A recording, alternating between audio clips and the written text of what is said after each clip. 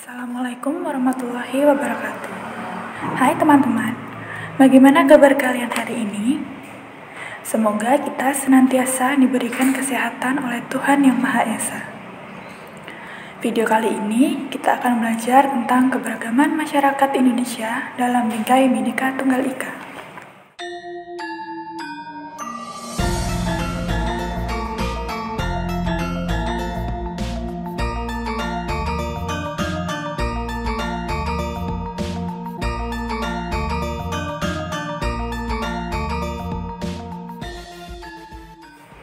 Coba kalian perhatikan lingkungan di sekitar rumahmu atau di sekolahmu.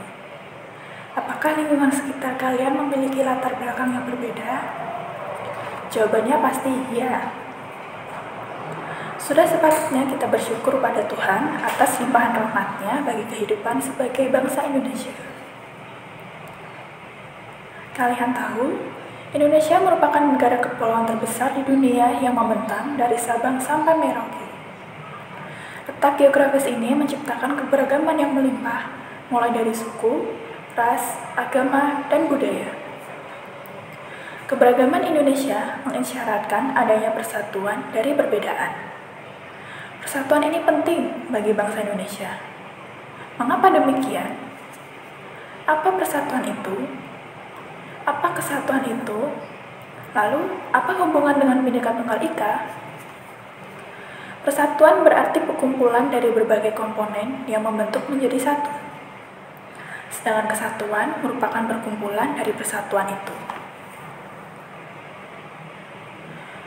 Persatuan dan kesatuan berarti bersatunya macam corak menjadi satu kesatuan utuh, serasi, saling menguatkan, dan melindungi, serta menghargai perbedaan. Persatuan dan kesatuan dapat dibentuk menggunakan alat pemersatu bangsa. Di Indonesia, alat pemersatu bangsa meliputi Undang-Undang Dasar 1945, Pancasila, bendera merah putih, lambang negara, dan laku kebangsaan. Mewujudkan persatuan dalam keberagaman perlu berpegang pada prinsip persatuan dan kesatuan, yaitu prinsip Bhinneka Tunggal Ika, prinsip wawasan Nusantara, prinsip nasionalisme Indonesia, prinsip kebebasan yang bertanggung jawab, dan prinsip persatuan pembangunan untuk mewujudkan cita-cita reformasi. Pada video kali ini, kita akan membahas dua prinsip, yaitu prinsip Bhinneka Tunggal Ika dan prinsip wawasan Nusantara. Melalui Bhinneka Tunggal Ika, bangsa Indonesia mengakui bahwa Indonesia merupakan bangsa yang terdiri dari berbagai suku, ras, agama, bahasa, dan adat. Namun, perbedaan ini bukan menjadi pemisah atau pemecah belah rasa persatuan dan persaudaraan. Justru perbedaan ini harus dijadikan sebagai perekat kesatuan. Wawasan Nusantara sebagai wawasan atau sudut pandang bangsa Indonesia tentang diri dan lingkungannya yang diakui oleh seluruh rakyat Indonesia dalam konsep satu, ideologi, politik, ekonomi, budaya, dan pertahanan agar tidak timbul penyimpangan dalam mewujudkan cita-cita bangsa. Indonesia dengan banyak pulau berarti juga banyak etnis dengan budaya masing-masing. Keberagaman Indonesia yang pertama yaitu suku bangsa. Suku bangsa merupakan suatu kelompok masyarakat yang terikat kesatuan budaya, bahasa, dan tempat tinggal. Suku bangsa di Indonesia diantaranya ada suku Asmat di Irian Barat, suku Jawa, suku Betawi, dan suku Sunda yang berada di satu pulau yaitu Pulau Jawa, dan suku Batak di Sumatera Utara. Selain itu, masih terdapat banyak suku-suku di wilayah masing-masing. Keberagaman Indonesia sangat rentan akan timbulnya perselisihan yang berdampak bagi masyarakat. Dampak positif dari keberagaman Indonesia yaitu terciptanya integrasi nasional atau persatuan bangsa dan memperkaya khasanah budaya. Sedangkan dampak negatif dari keberagaman Indonesia yaitu timbulnya konflik, munculnya sikap primordialisme atau sikap pandangan secara teguh dari lahir seperti tradisi. Lalu, timbulnya sikap etnosentrisme atau sikap yang menganggap suku sendiri lebih unggul daripada suku lain. Serta sikap fanatisme, yaitu sikap yang berpegang teguh secara berlebihan pada suatu keyakinan hingga menganggap hal lain adalah salah. Konflik dalam keberagaman Indonesia berdasarkan tingkatnya terdapat dua, yaitu konflik ideologi dan konflik politik.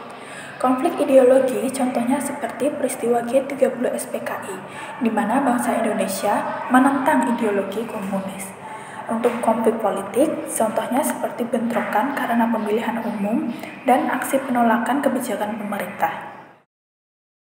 Upaya untuk mencegah konflik ada 3 cara.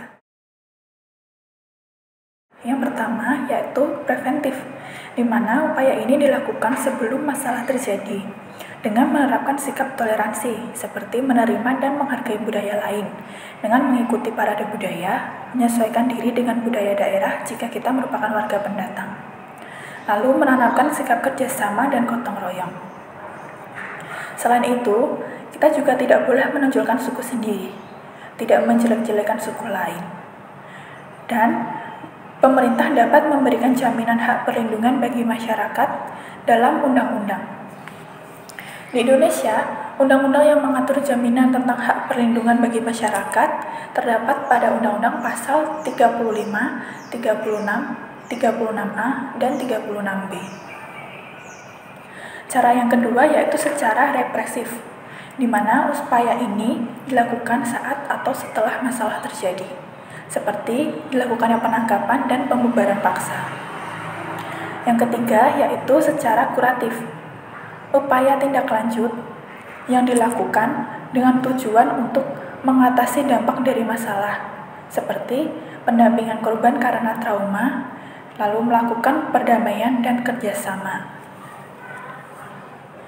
Sebagai seorang siswa dan bagian dari bangsa Indonesia, kalian memiliki tanggung jawab yang besar dalam mengisi kemerdekaan, memajukan bangsa, dan mencegah konflik dengan berperilaku positif, bermoral, dan bertanggung jawab untuk kejayaan bangsa Indonesia di masa depan.